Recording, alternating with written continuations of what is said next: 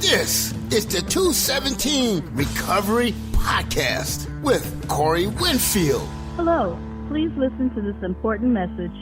Your student loan has been flagged for forgiveness. We are able to remove your payments today. I just think it's funny. I don't know.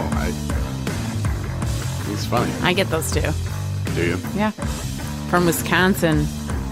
They're always from Wisconsin. Mine are from all over the earth.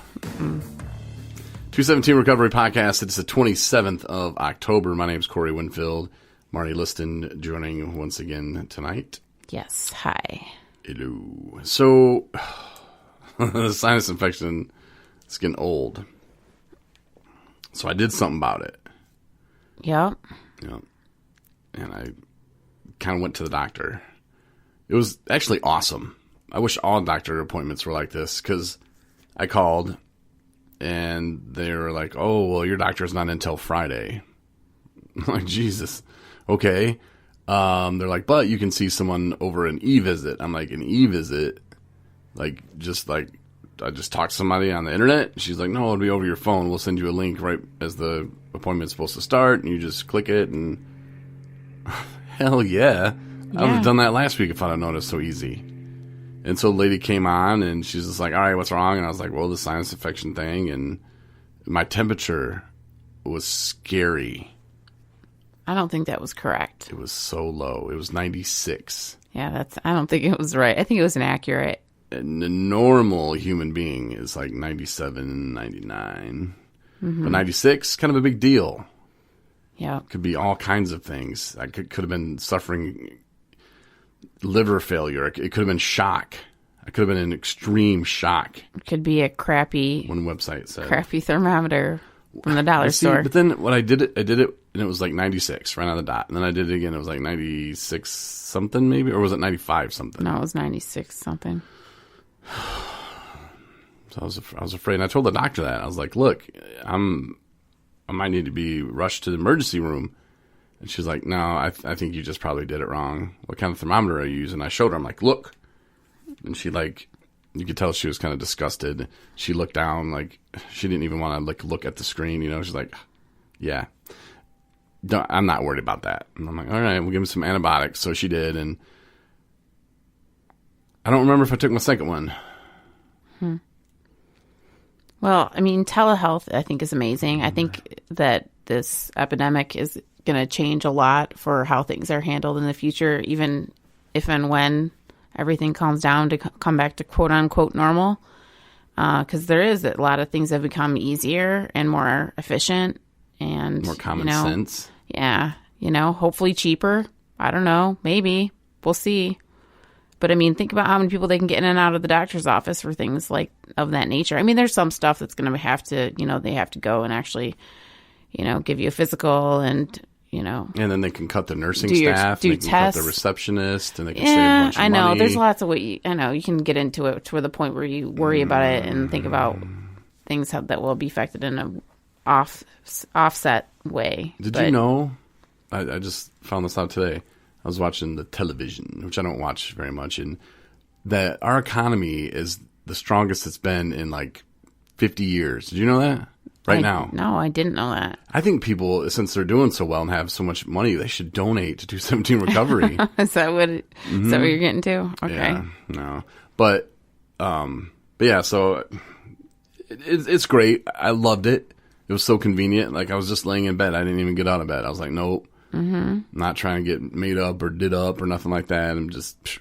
And for the people that are really, really sick that have obvious symptoms that they can just tell their doctor about or avoiding actually going into society and possibly infecting other people. I'm not talking about COVID. I'm talking about just in general, but, Yeah, it was great. Lots of changes. And within 10 minutes, the pharmacy I used was like, bloop, script ready. I'm like, oh my gosh, it was that easy. Yeah. And I suffered for a week with this stupid sinus infection. I spent part of my day actually going over the district that we're in for how they split up for the AA groups, what have you. They've made changes throughout this whole thing on, because for a long time, the majority of the meetings were just completely cut off, the in-person meetings. And then people got accustomed to the Zoom, and Zoom was set up, and then, anybody could start an AA meeting. So those kind of took off. And so I kind of but there's something about, getting ready and, going somewhere and, interacting with other people in the community that are, in the recovery community, real human beings, in the same room. And I got to look at the list, and a lot of meetings are coming back, slowly and cautiously. They're being careful, and the space is big enough, and there's a limit on the amount of people that can be, participants, and distancing and masks and so on. But good stuff. People are excited about it. I'm excited about it. NA as well, same thing. Things are kind of becoming back to semi-normal, if I want to call it that. That's good news. Yeah, it's great news. Glad you were a part of that. Mm-hmm. Did you pencil in a 217? Hey, we're going to have a 217 meeting? Well, it was funny. It was cute because one of the ladies says, "Is it really true that it only takes you and one other person or one other, addict or alcoholic to have a meeting?" I said, that's true if you want it to be. I mean, absolutely. If you want to, for all intents and purposes, I guess, every time that you sit down and have a discussion with somebody else in recovery about, sharing your experience, strength, and hope, and, forward movement about and talking about where you're at and what you need to work on, or sharing your thoughts and feelings about things, always a plus. Call it a meeting if you want, sure. Mm-hmm. Yeah, meetings are great. I love them. Yeah, they are good. So I can't wait for the election to be over, and I guess Washington's preparing. They don't if Trump wins or Biden wins, they're preparing for riots, and I really hope people don't do that. I hope they don't either. I mean, that is just silly. And when Trump won the last election, I didn't even vote. I just thought, all right, Trump might as well. I'm tired of politicians, and but just how butthurt people were that Trump won, and that soured me. I'm like, just get over it. Let's just move on. Let's just use some common sense, have some ethics, and let's just run a country. But I don't know, man. Until I think my generation probably, or our generation, takes over and is just look, we're tired of you people. Just baby boomers go, be gone. But I mean, I don't know. It's so frustrating, and I really hope it doesn't come to that. Whether Trump wins, Trump loses, at the end of the day, what can you control about that? Mm-hmm. I really hope the election doesn't give people. I mean, we don't need much of a reason, to pick up a bottle. At least I don't, or to go back to using. Right. And I know my friend Rob. I should reach out to him. I'm kind of worried, but he gets so wrapped up in this stuff. Mm-hmm. And then I'll throw a little jab in there, just to piss him off, and then Rob, I used to tell him it was torture therapy. I would do things just to piss him off, just so he would get worked up. And I'm like, Rob's torture therapy, buddy. Mm-hmm. And he would just, you could probably go back and listen to some of the podcasts and pick up on that. But, mm-hmm. But I just really hope that people can just calm down. It's just an election. This is what these news organizations do. They try to get you all pumped up and fired up and hate the other side. And, here we are. We're Americans. Mm-hmm. We have a great country. And, China and Russia, they're probably just sitting back laughing. Oh, this is great. Look at these Americans. They hate each other more than they hate us right now. Mm-hmm. I mean, it just really shouldn't be that way. And if the guy you're voting for loses, hey, I'm a Cub fan. I'm used to losing. So just pick yourself up and go, all right, well, what can you really do about the situation? Yeah, if you vote and put your piece in as a citizen, you've done what you can do. Yeah. And then, it is what it is. And, the passion and, excitement, if you want to call it, and support, whatever side you're on is good, I mm-hmm. guess. You know what I mean? I'm not saying one way or the other, but I mean, to take it to the level of anger and destruction, isn't that just against everything that you're supposed to be as an American about. Yeah. You know what I mean? So it's like, what does that do? That doesn't, at the end of the day, that does absolutely nothing. I don't care who you are. I don't care who you're voting for.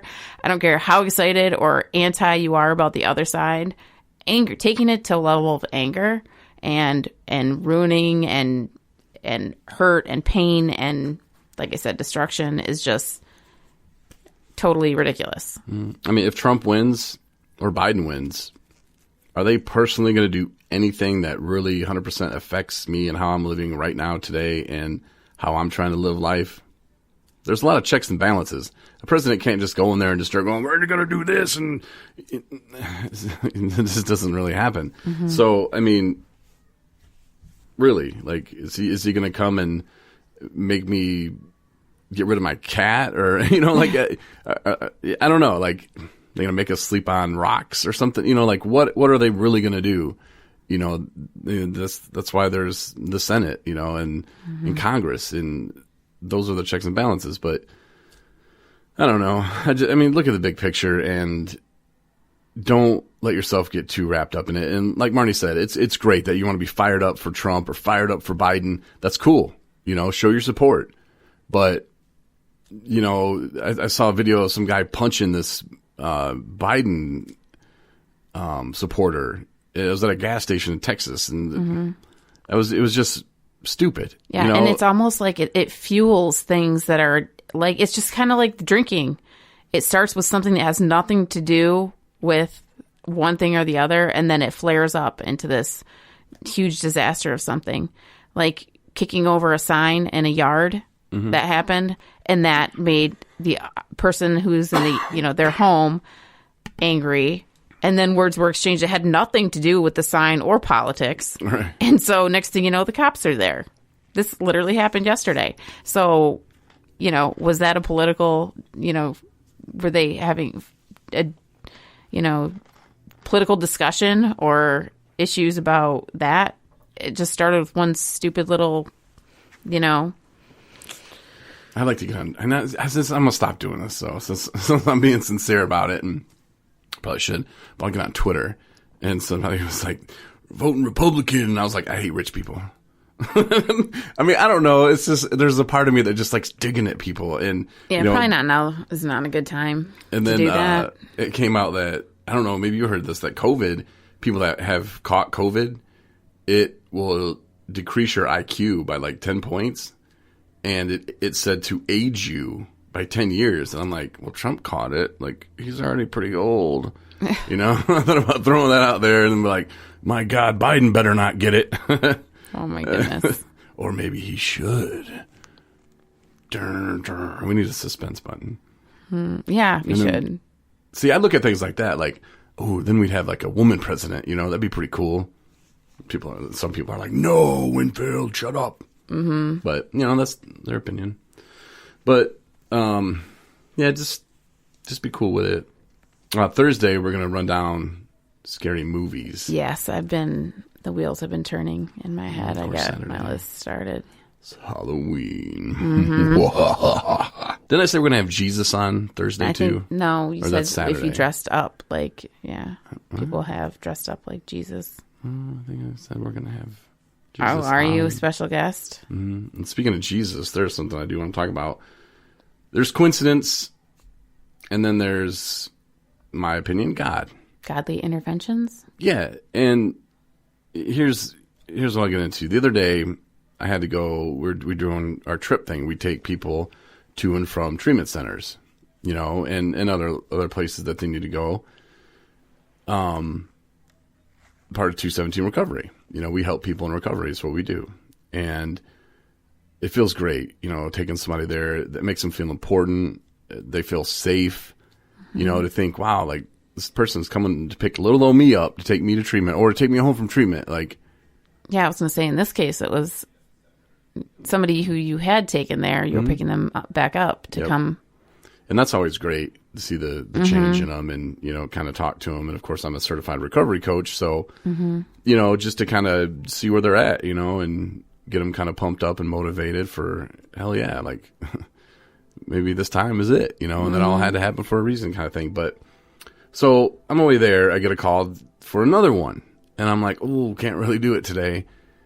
And they were like, oh, okay. And that was a place in Kalamazoo, Augusta.